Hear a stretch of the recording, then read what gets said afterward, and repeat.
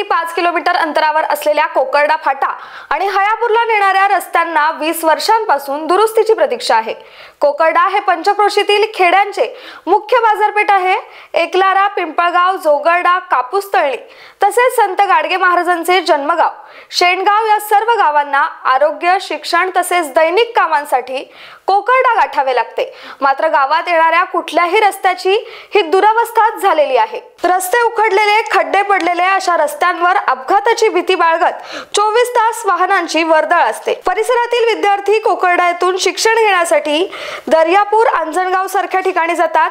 त्यांची काळजी पालकांना लागलेली असते। मार्गात लागणारे पूल, बसके आणि कठड्यांविना आहेत, त्यामुळे अर्धा तास पाऊस असल्यास 2 तास व 3 तास दिवसभर रस्ता बंद असतो।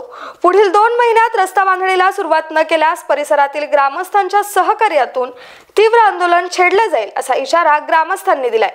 शुभम घाटे, स्टार महाराष्ट्र न्यूज, कोकरडा।